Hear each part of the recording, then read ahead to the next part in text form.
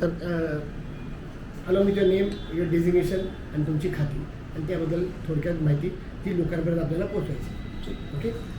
दीनानाथ मंगेशकरच्या केसबद्दल काही कल्पना आहे का किंवा त्यांना बिल वगैरे मग त्याचं आपण नंतर घेऊ. कारण मला ते अजून हां नाही ठीक आहे फक्त ते पण पुढच्या 2 आठवड्यात आपण घेऊ.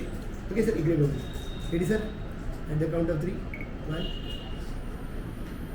नमस्कार, मी डॉक्टर संजीव गावरे, सहाय्यक आरोग्य अधिकारी, पुणे महानगरपालिका.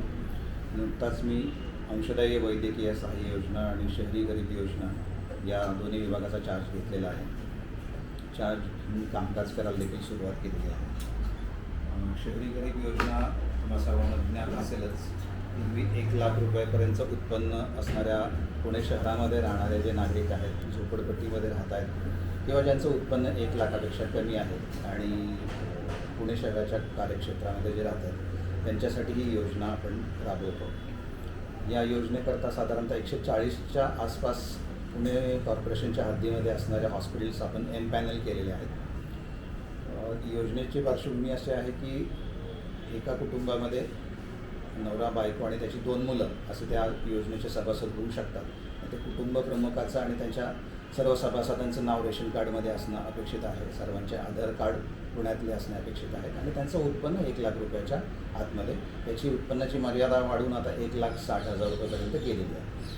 आणि जर समजा शहरी गरीब योजनेचा जर कोणी लाभार्थी असेल आणि त्याला कोणत्याही प्रकारचा कर्करोग म्हणजे कॅन्सर असेल किंवा हृदयरोग असेल किंवा किडनीचे विकार असतील तर अशा रुग्णांकरता आपण खास बाब म्हणून 2 लाख रुपयापर्यंतचा निधी त्यांना आपण पुणे महानगरपालिकेच्या मार्फत 2 लाख रुपयापर्यंतची मदत करण्यात येते. प्रोसिजर अशी आहे की कोणी आजारी जर पडला आणि कोणत्याही प्रायव्हेट हॉस्पिटलमध्ये जर गेला असेल तर कोणती प्रोसिजर करायची असेल, सर्जिकल प्रोसिजर असेल किंवा मेडिकल प्रोसिजर असेल तर ती प्रोसिजर करण्यापूर्वी तिथल्या तज्ज्ञ डॉक्टरांच्या मार्फत किंवा कोणतेही ट्रीटिंग डॉक्टर जे असतील त्यांच्याकडून ते एस्टिमेट लेटर घेतलं जातं आणि ते एस्टिमेट लेटर पुणे महानगरपालिकेमध्ये दाखवल्यानंतर आमच्याकडून पत्र त्या हॉस्पिटलला दिलं जातं आणि जेणेकरून मग 50% रक्कम त्या रुग्णाची पुणे महानगरपालिका त्यांना रिएम्बर्स करते आणि 50% रक्कम त्या रुग्णाला भरावी लागते. असं साधारणतः 1 लाख रुपयापर्यंत आपण शहरी गरीबच्या रुग्णांना मदत करत असतो. आणि मगाशी मी जसा उल्लेख केला की कर्करोगाचा रुग्ण असेल, हृदयरोगाचा रुग्ण असेल, त्यानंतर रिनल डिसीज म्हणजे किडनीचे आजार जर असतील तर अशा रुग्णांना देखील आपण 2 लाख रुपयापर्यंत मदत करतो. सर तुमच्या अंतर्गत जी हायरार्की आहे अधिकाऱ्यांची माझ्या अंतर्गत मेडिकल ऑफिसर्स, उपाधीक्षक, अधीक्षक आणि क्लार्क अशी मंडळी आहेत. याच्यामध्ये 2 विभाग आहेत. शहरी गरीब एक विभाग आहे आणि दुसरा अंशदायी वैद्यकीय सहाय्य योजनेचा एक विभाग आहे.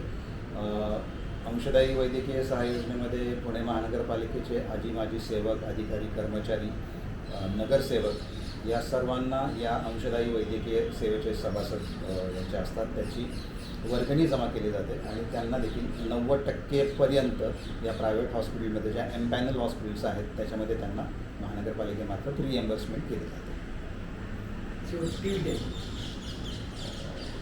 आजच्या या माहितीच्या संदर्भात TV10चे मी आभार मानतो. TV10नी जी खास माहिती लोकांच्यापर्यंत पोहोचवण्यासाठी जे प्रयत्न केले त्याच्याबद्दल मी त्यांचा आभार मानतो. धन्यवाद.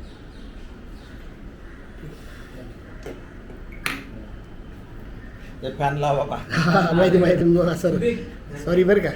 नाही ठीक आहे.